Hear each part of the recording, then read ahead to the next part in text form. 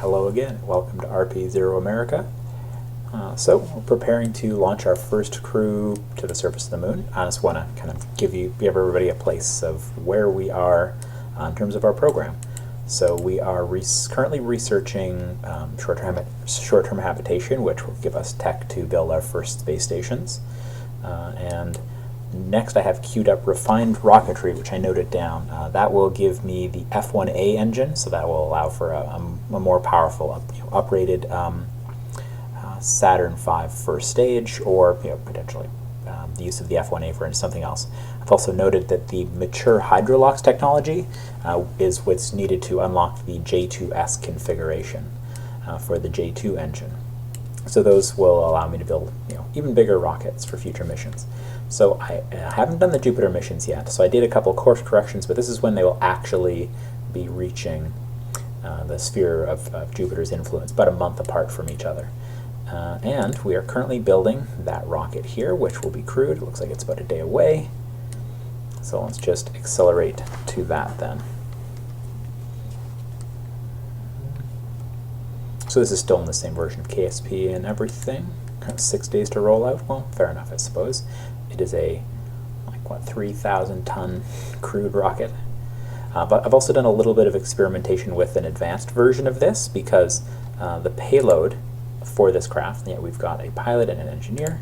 The payload for this, the Gemini Direct craft itself, is currently about 31 tons, which is much less than the Saturn V can throw towards the moon. And so I've kind of expanded the size of various stages, and I want to do a longer duration stay. I'm gonna see if I can design a rover, but that will just probably take a lot, too much time. I'm not very good at building a rover in the VAB, let alone getting it to sit inside my spacecraft and then get it to land nicely once we're on the moon. But I could, in theory, do something like that. Just don't expect to be able to do so. So here we go. We've got our Saturn V. I can probably close the Kerbal alarm clock alarm here, right? Which, that's you? There we go. Just had to click it twice for some reason. All right. So yeah, I've kind of stretched the various service modules and add more food, more hydrogen for the fuel cell, more everything to move to about a 40-ton payload on here. I could throw about 50 tons toward the moon, but just want a middle growth project. All right, so Kathy and Gregory will be heading towards the moon. I won't do a direct launch just yet. I'm doing little experiments just because I want to take note of what things have what effect on frame rate, because of course I've forgotten set as target. So I went to kind of disable the fancy ocean, because that appears to have a substantial frame rate effect, but who knows. All right, so I'm 55 degrees away from the moon, so basically as far away as possible from the right time to launch. Okay, so it looks like it's going to be a nighttime launch. That's fair enough, I suppose.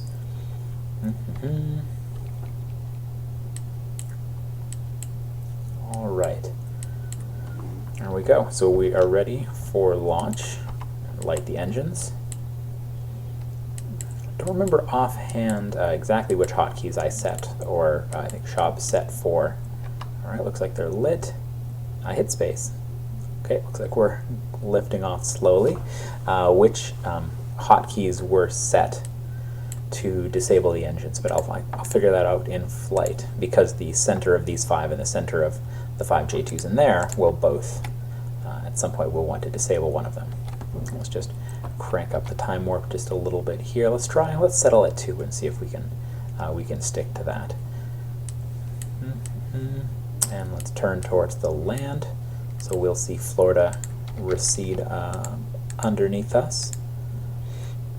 Yeah, plenty of progress is being made on our realism overhaul for KSP 1.2. Mostly I've been dealing with a backlog of many pull requests, particularly by Phineas Freak, and definitely others that I hadn't had time to go over in the last month or so.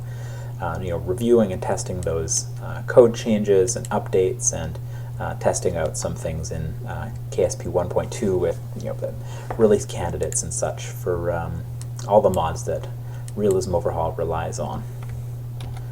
Did I? Sorry, I'll always just reflexively pop out of time warp. All right. See, this is a really it's a really big rocket for what we're doing, but nothing smaller that was ever actually built would have succeeded. And kind of building of let's say a 4-engine version of this, that's where the stages are a little shorter or the diameter is a little smaller, would have been more work than just using the really nice FASA Saturn V. Oh, there's another thing I need to do. I need to set up a config for, let's see, for a tackless module, because one of the limitations of this is oxygen. So we have a bit of oxygen in here for the crew, but this is all their breathing oxygen. We don't have a tackless. We don't have any life support modules in here for converting liquid oxygen into breathing air. So that is included in the config for the service module on the Apollo command and service module, specifically in the service module, where kind of allows some of the liquid oxygen to turn into a gas, and then they use that gas to make up breathing gases for the crew as they breathe it, and the scrubbers remove the CO2. So to do a much longer mission for these guys, I will need to come up with a way to do that. So I'll have to basically create my own config for a tackless module, which will allow that I can just kind of pop on, just like Shabs did that with the oh no, I've lost the inclination information. Okay, so I'm going to shut down an engine, which I think is F6. About to find that out. Sure, let's just do that now. Yep, looks like I selected the right one. And it looks like I feel like I'm pitched a little high. I'm definitely pitched a little high. Usually I pass through 45 degrees there. And set as target. 1 degree off. Okay, but I'm correcting back. That number's decreasing. That is certainly a good sign. And I'll just move over a little bit so that decreases faster. All right. So yeah, there is currently no tackless module in the Realism Overhaul configs that turn.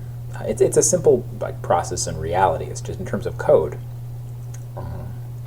It's something I'll need to set up. I'll probably just borrow the code from the service module for Apollo. Okay, so it looks like we're going to be a little high, but I suppose that is okay. Oh, sorry. There we go. And relight those light those engines. Weird. It looks like the ground went dark, so these engines should light up. All right, and then we can drop the interstage ring. It looks like it just kind of slid away gently. It didn't get disturbed by. Weird. It looks like when things move a certain distance away, they're disappearing. I guess there's something about the transitional altitude I'm in right now. Oh, the random experiments, things you discover while experimenting with graphical settings. Okay, so we're coming a little high, so I'm just going to set to a pitch of 15 and just stay there. There we go. And now as something fades out, it looks like we're getting to see the ground again. All right, and we can time accelerate plenty now. Oh, good, and the relative inclination is nice and low. That is awesome.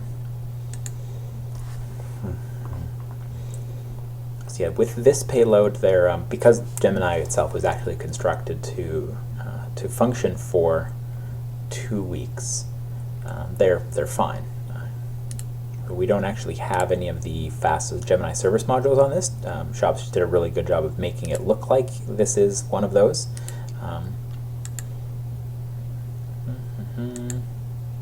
So far so good, so just about a minute here until apoapsis. Relative inclination is increasing, as long as it stays under a degree. Oh, that's not what I want. I want heading. I wanted to make a small adjustment to the heading to see which way I'd want to go. Let's try 92.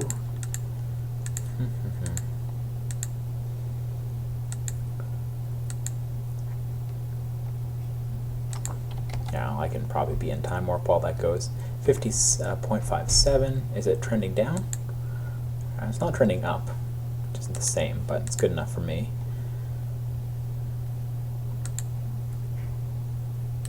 So there's a number of interesting things I want to try, and I've always wanted to do some of these things. It's just it'll take longer to develop them, but that's also offset by my actual motivation to do them, kind of as new, unique, one-off things I've always wanted to do in Realism Overhaul. So one is using the service using the S4B stage or the S2 stage as what do they call them? Wet workshop space stations. So I'd have to look at to see how easily that could be done as a mod with my very limited coding abilities, or just as config changes, or just kind of done the way Felborn,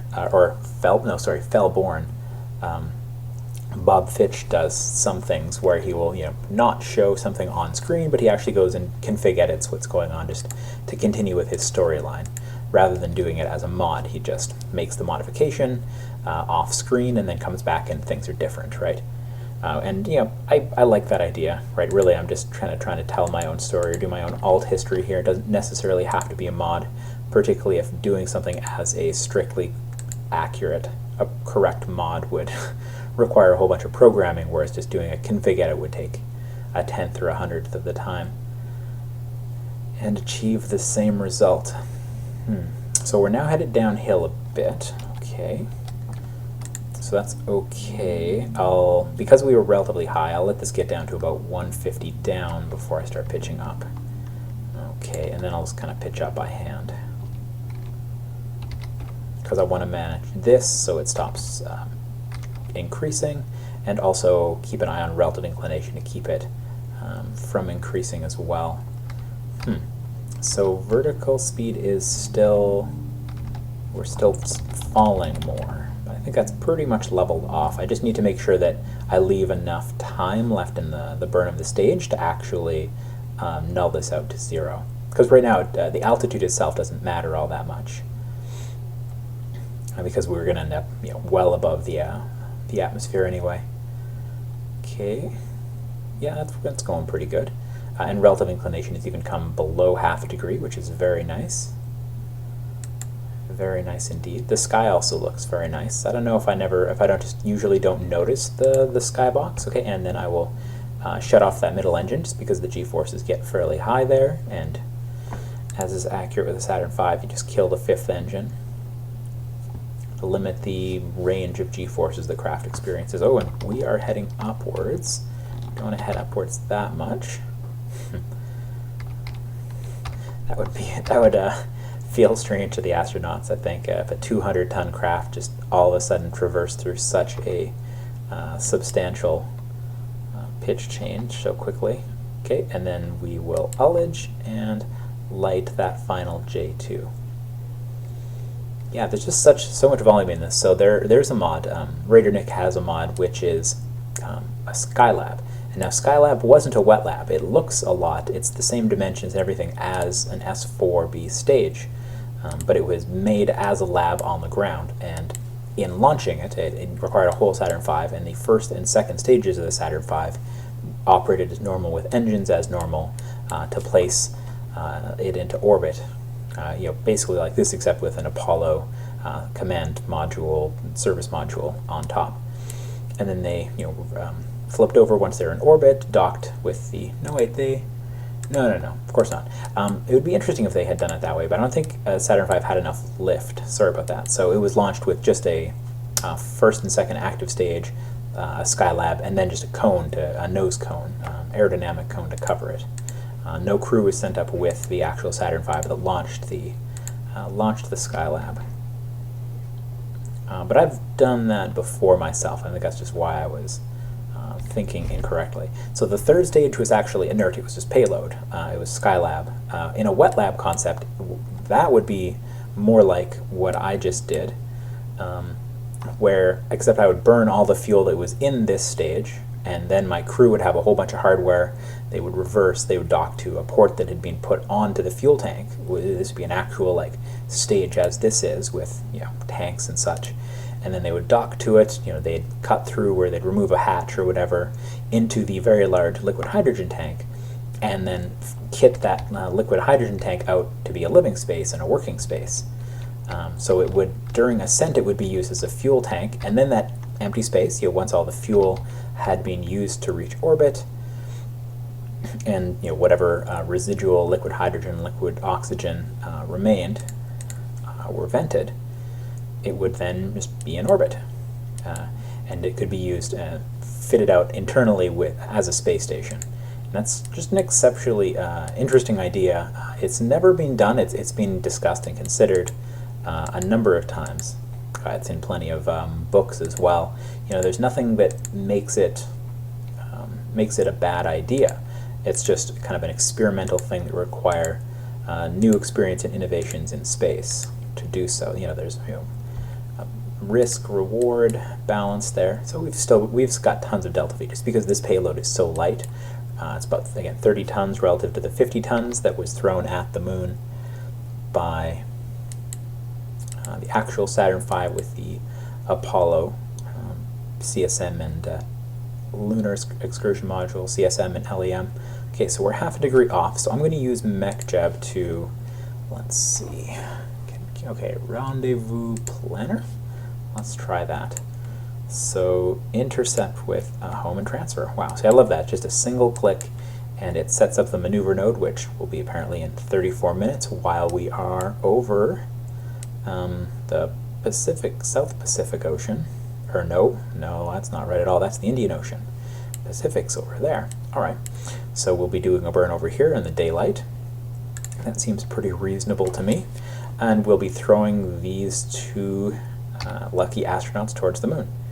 All right, let me make sure everything is on. Turn, no, not descent mode. Activate the CO2 scrubber. That is important. And the fuel cells are active. So let's just shrink MechJeb away. See, I love that just that one click to do that very important action.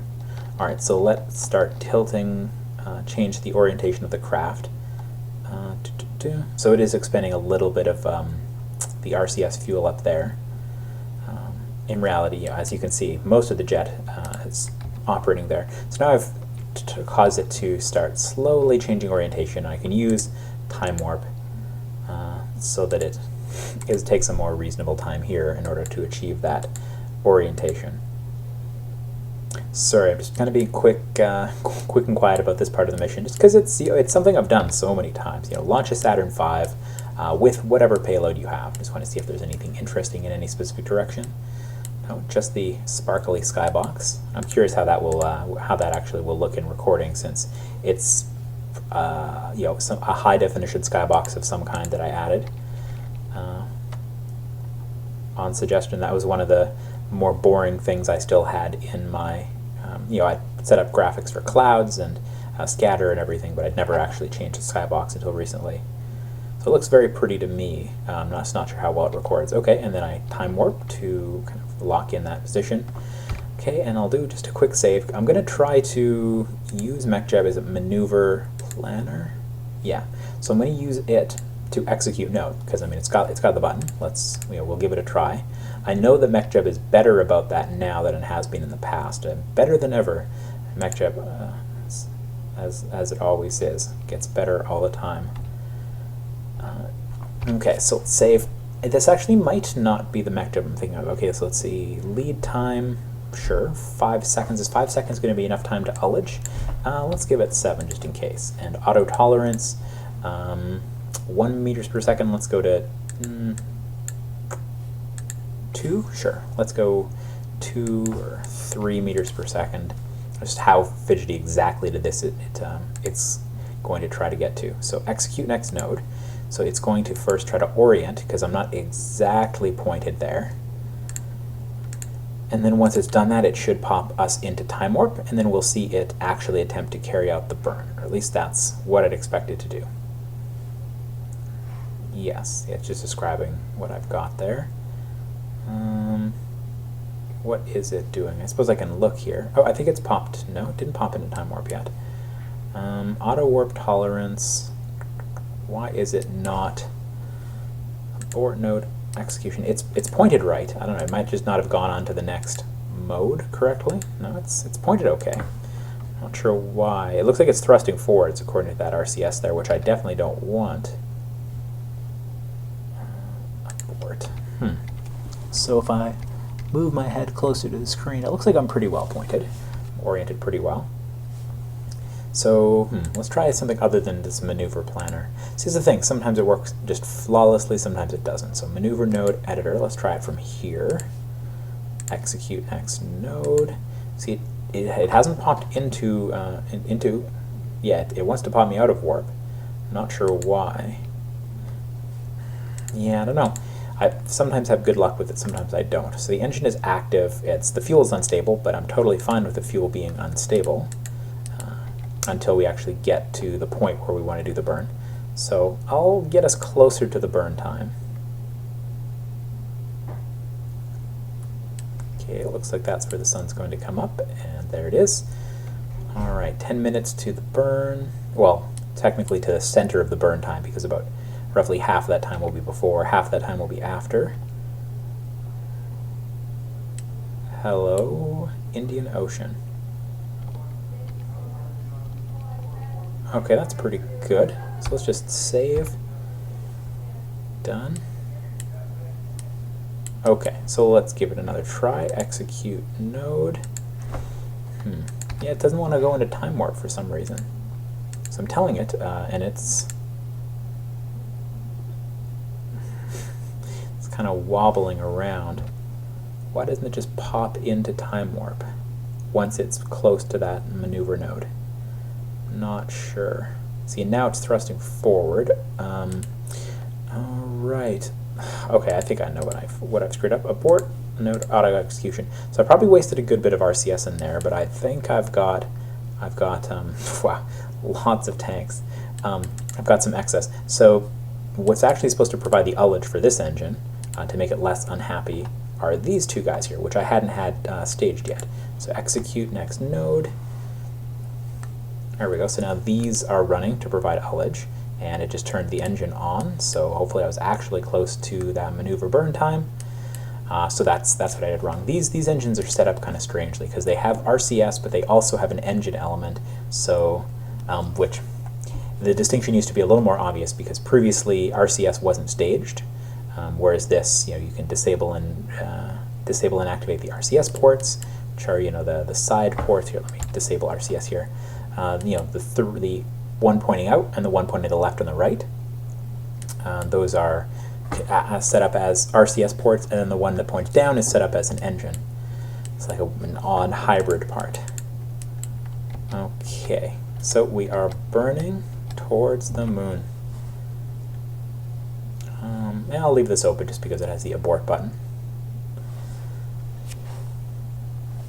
Well, the two crew members here are being accelerated slowly but surely. I always find it interesting that this is such a high thrust engine, 1,000 kilonewtons, but we still start out, before achieving orbit, it's burning at about, what, 2/3 of a G of acceleration due to how heavy the payload is, and even here, during TLI, it just starts to pass through 1 G of acceleration.